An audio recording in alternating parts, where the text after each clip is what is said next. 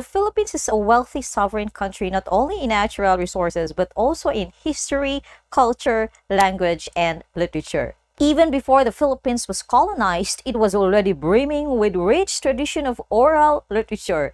Let's find out the historical timeline of the Philippine literature and show how beautiful and rich our culture is.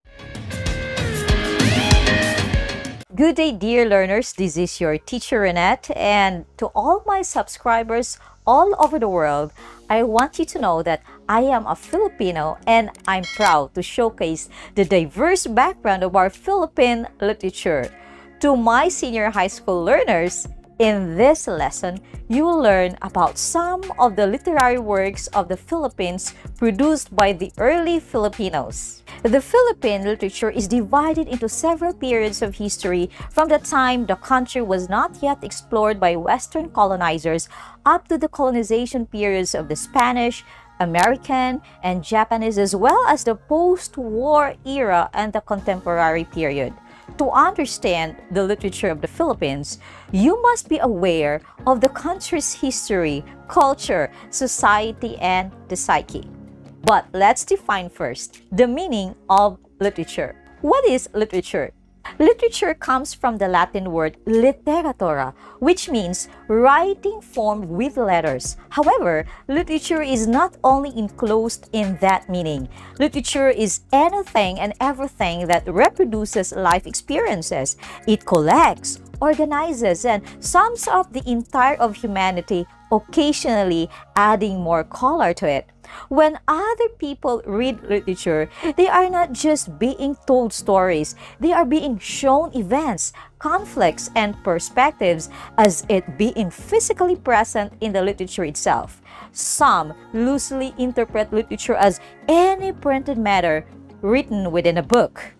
Philippine literature is so diverse and it has a rich background of works that has evolved side by side with the country's history. Literature had started with fables and legends made by the ancient Filipinos long before the arrival of Spanish influence. The main themes of Philippine literature focus on the country's pre-colonial cultural traditions and the socio-political histories of the colonial and contemporary traditions.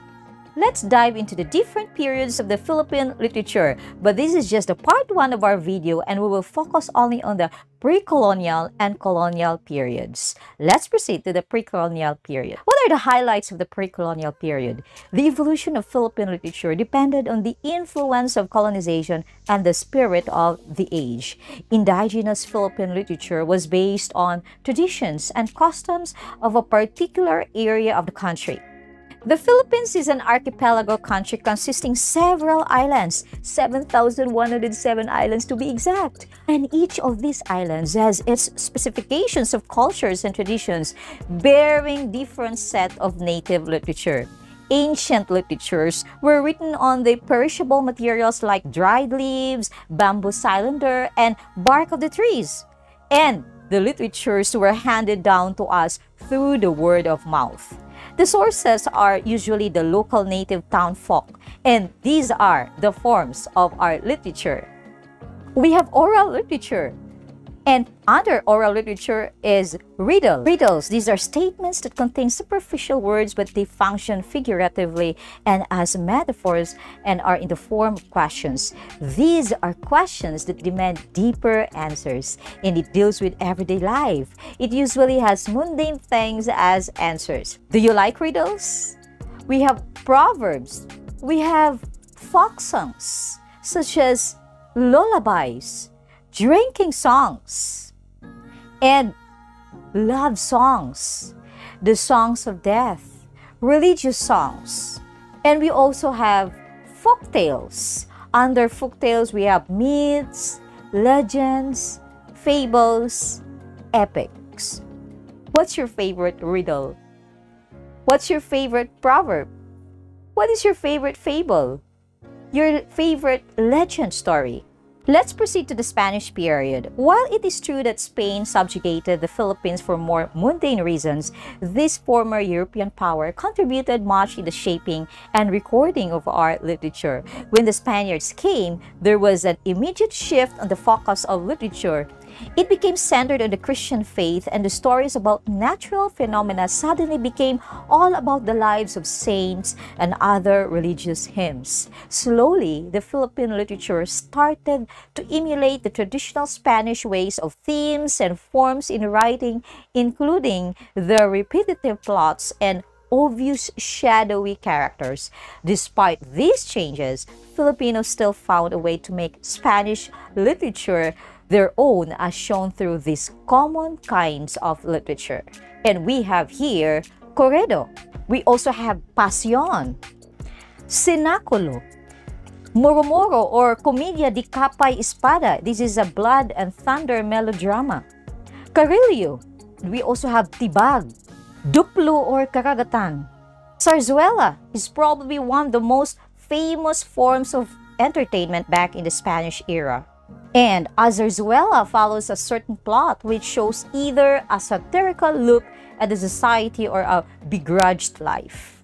With much more than 300 years of colonization, we can't help but to realize that Spain brought to the country through at a much later time liberal ideas and internationalism that influenced Filipino intellectuals and writers for them to understand the meaning of liberty and freedom.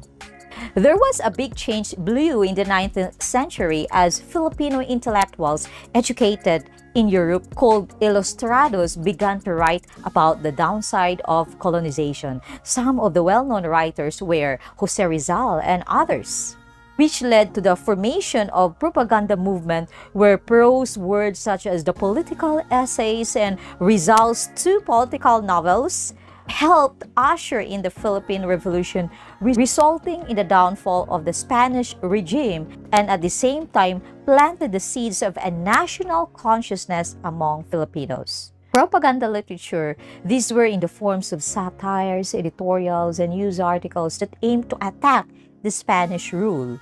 And during the Spanish colonization, we also had this revolutionary literature propaganda.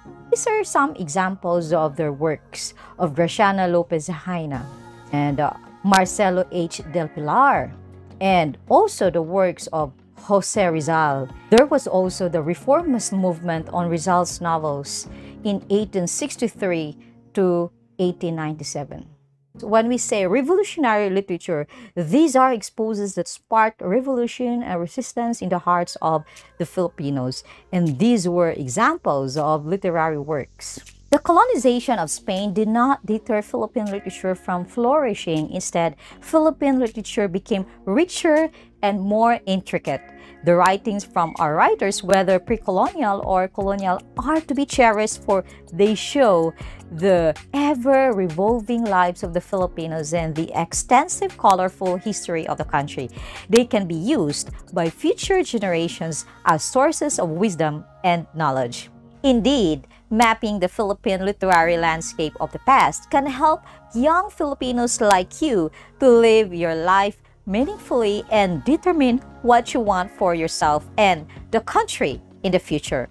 So how is the discussion so far? What is your takeaway after learning the literature before and during the Spanish colonization? For my next video, let's continue the literary periods after the colonial period. More to come. Happy learning, everyone. See you.